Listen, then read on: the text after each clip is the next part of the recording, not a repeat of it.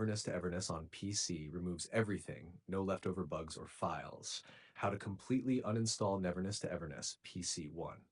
Uninstall the game. Normally, press Win-R, type "You can see the code in our conversation history." Find Neverness to Everness/NTE launcher. Click Uninstall. This removes the main game, but not leftover files. 2. Delete leftover files, very important. Local app data, press Win-R. Type "You can see the code in our conversation history." Delete any folders related to NTE, Neverness to Everness. Roaming app data. Type "You can see the code in our conversation history." Delete NTE related folders. Program files, check and delete if still present. C. Program files, CC. Program files, x86. Remove any NTE launcher folders. Documents folder, go to "You can see the code in our conversation history." Delete game configs, save cache files. Hashtag 3.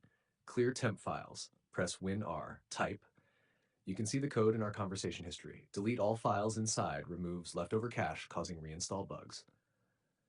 Number 4. Remove registry entries, advanced optional. Press Win-R. Type "You can see the code in our conversation." Search "You can see the code in our conversation history." Delete related keys carefully. Only delete NTE related entries. 5. Restart your PC. Ensures all services and background files are cleared. When should you do full uninstall? Game not launching, launcher errors, update stuck issues, crashes, UE errors. Result after this: fresh system, no corrupted files, clean reinstall possible, fixes most launcher and crash issues. If you want,